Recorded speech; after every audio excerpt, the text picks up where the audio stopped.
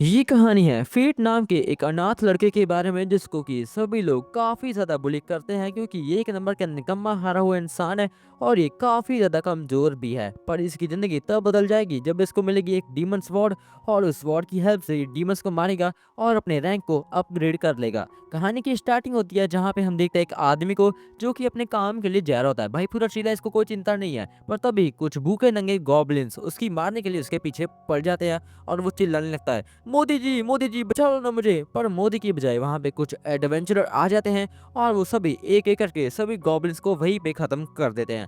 फिर हम देखते हैं हमारे मेन कैरेक्टर फेट को जो कि एक रॉयल पैलेस की रक्षा करने का काम करता है और तभी वो देखता है वही एडवेंचर जो कि उन गॉब्लिन्स की मार के आए हैं वहां से जा रहे होते हैं और वो एक दूसरे से बातचीत कर रहे होते हैं। अरे भाई मैंने इसको क्या मारा ना, हाँ हाँ। वो काफी कमजोर था वैसे यार, मैंने उसको आराम से मार दिया। और फेट कह रहा था, अरे भाई इनकी बातें तो सुनो, कैसे बातचीत कर रहे हैं साले।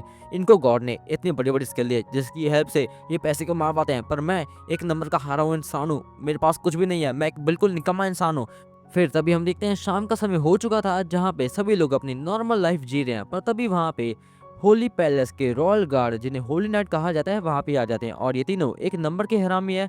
और तभी हम देखते हैं एक संतरा उनमें से आके एक के पैर पे लगता है और वो गुस्से से कहता है, क्या तूने क्या किया। और वो शॉपकीपर के कस के लात जड़ देता है और वो शॉपकीपर कह रहा होता है, सरकार मुझे माफ कर दीजिए, मुझे माफ कर दीजिए।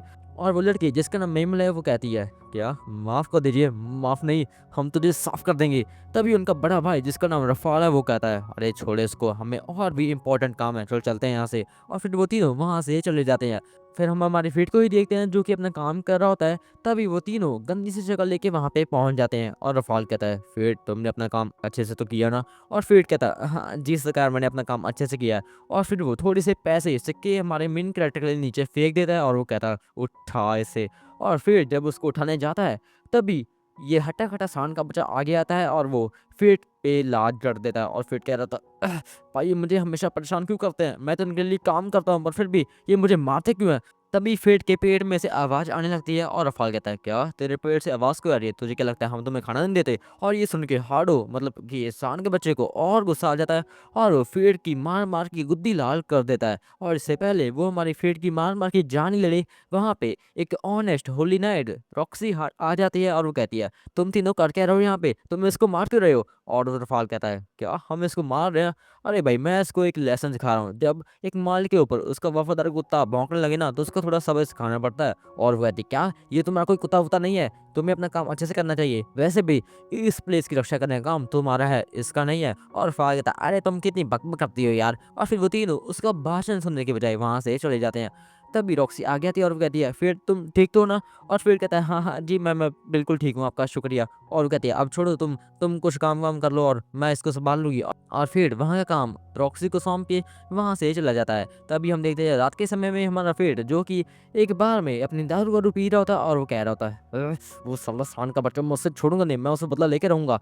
तभी वहाँ पे एक नल्ला शॉपकीपर आ जाता है और वो कहता है, अरे फेड मैंने तुम्हें कहा ना उनका काम छोड़ दो भाई, वो तुम्हें जान से मार देंगे, मैं तुम्हें कह रहा हूँ ना तेल चटाई का काम शुरू कर लो, उससे काफी पैसा बनेगा। और फेड कहता है, ए अपना मुंह बंद रख, अब मैं जाता हूँ यहाँ से। और फिर फेट वहां से चला जाता है। तभी हम देखते हैं वो जाते जाते थोड़ा सा सोच रहा होता है, हाँ क्या लाइफ है मेरी, एक इतनी घटिया जिंदगी, ऊपर से मेरे पास कोई अच्छा काम धंधा नहीं है और ऊपर से वो तीनों भाई बहन एक नंबर के निकम्मे, मैं उनको छोड़ूंगा नहीं। तभी उसकी नजर पड़ती है वही होली प्लेस पे जहाँ पे कुछ चोर घुस रहे हैं और वो भाग के जाता है वहाँ पे और रॉक्सी को बताता है, रॉक्सी मैं वहाँ पे चोर आए हैं। और वो कहती, क्या तुम सच बोल रहे हो। और वो भाग के अंदर जाती है और वो एक एक करके सभी को ठिकाने लगा देती है। और फिर कह रहा होता है, वाह मुझे लगता है सब लोग खत्म हो गए। पर तभी हम देखते हैं एक घायल चोर को जो कि भागते हुए बाहर आ रहा था और फेट की फटके हाथ में जाती है और वो कहता है, मुझे भागना होगा, पर नहीं नहीं मैं इसको मार सकता हूँ, मैं इतना भी हरामी नहीं हूँ, मुझे इसको मारना होगा। और फिर फेट पूरा जोश में आ जाता है और वो अपने वेपन से उस पे अटैक करके उसको वहीं पे जान से मार देता है। और फेट को एकदम से अपने अंदर आवाजें सुनाई देने लगती है, फेट ग्रेफाइट तुम्हारी स्किल अनलॉक हो चुकी है, तुम ग्लटनी के मालिक बन चुके हो। और फिर कहता है, क्या ये कैसी आवाजें हैं। तभी वहां पे रॉक्सी भी आ जाती है और वो कहती है, फिर तुम ठीक तो हो ना। और फिर कहता है, हाँ हाँ जी मैं बिल्कुल ठीक हूँ। और वो कहती है, तो तुमने इसको मार दिया। और वो कहता है, हाँ मेरे पास कोई चारा नहीं था। और वो कहते हैं, नहीं नहीं तुमने बहुत बड़े काम किया है, इसके लिए तुम्हें क्रेडिट तो मिलना चाहिए। और वो कहता है, नहीं नहीं आप प्लीज इसका क्रेडिट खुद ही ले लो भाई, मुझे नहीं चाहिए, अगर ये बात रफाल को पता चल गई ना तो वो मुझे जान से मार देगा। और वो कहती है, हाँ तुम सही कह रहे हो, फिर मेरे पास तुम्हारे लिए एक ऑफर है, क्या तुम मेरे साथ मेरे घर पे काम करना चाहते हो। और वो कहता है, क्या कैसा काम? और कहती है, अगर तुम मेरी बात को एक्सेप्ट कर लोगे तो तुम हमारे शाही महल में बगीचे में काम कर सकते हो। और फेट कहता है, ये सुनने में तो काफ़ी बढ़िया लग रहा है यार। और वो कहती है, तो ठीक है, अब तुमने डिसाइड कर लेना तो तुम 2 दिन बाद मेरे साथ मेरे घर पे आ जाना और वहाँ पे हम अपना नया काम शुरू कर लेंगे। और फेट उसकी बात पे एग्री कर देता है। फिर हम देखते हैं हमारे फेट को, जो कि अपने रूम में बैठा होता है, मतलब रूम तो नहीं, कबाड़ खाना कहूँगा इसको मैं, हाँ कबाड़ खाना है ये।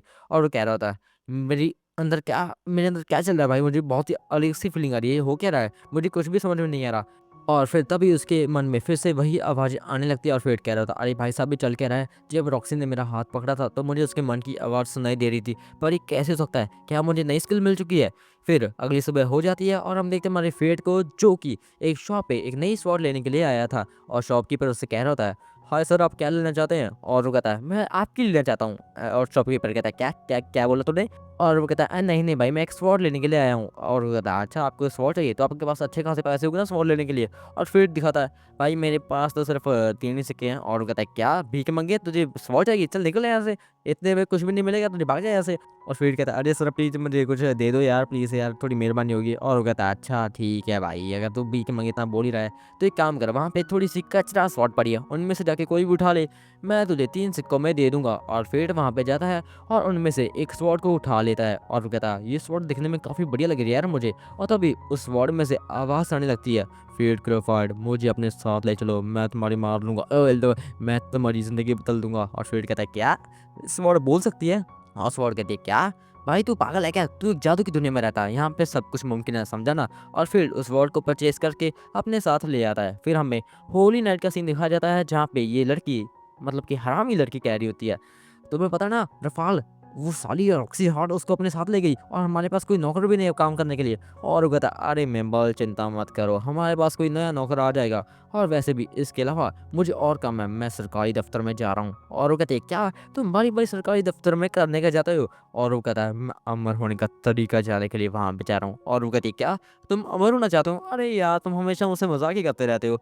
फिर हम देखते हैं हमारी फेट को, जो कि एक खुले मैदान में आ चुका था और वो गॉबलिन्स का हंट करने के लिए वहाँ पे आया। और उसकी स्वॉर्ड कह रही होती है, फेट फेट। और वो कहता है, हाँ भाई बोल, तुझे क्या दिक्कत है? और वो कहता है, अरे कुछ नहीं भाई, मैं तेरा गंदा सा नाम लेने की प्रैक्टिस कर रहा हूँ और कुछ नहीं। और फेट कहता है, अच्छा ऐसी बात है क्या? तभी एक गॉब्लिन वहाँ पे आ जाता है और वो फेट पे हमला करता है, पर फेट उसको आसानी से खत्म कर देता है और फेट को लगता है खतरा टल गया। पर तभी हम देखते हैं वहाँ पे काफी सारे गॉब्लिन्स आ जाते हैं और फेट एक एक करके सभी की माँ बहन एक कर देता है और सभी को वहीं पे खत्म कर देता है।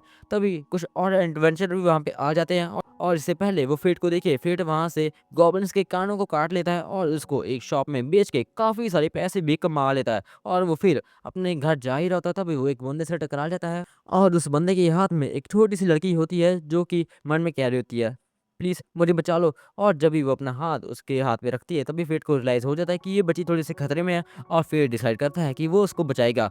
और मनी स्वॉर्ड, जिसका नाम ग्रीड है, वो कह रही होती है, क्या तुम सच में इसको बचाना चाहते हो? और वो कहता है, हाँ मैं इसको बचा के रहूँगा, इसके लिए मैं कोई भी कीमत चुकाने के लिए तैयार हूँ, मैं दूसरों की हेल्प करना चाहता हूँ। और वो कहता है, हाँ ठीक है भाई, तेरी मर्ज़ी, जैसे मर्ज़ी कर यार, मुझे क्या है।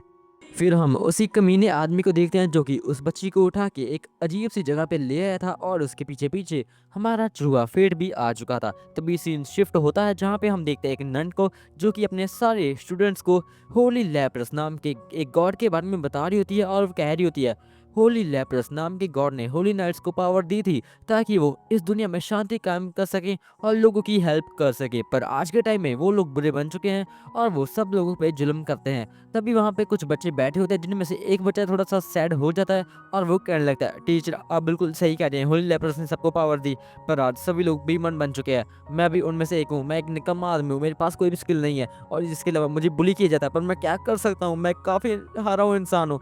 तब भी हम देखते हैं वहाँ पे एक टीचर आती है और वो कहती है, मैम मैम अभी तक नीना का कुछ भी नहीं पता चला। और वो कहती है, क्या?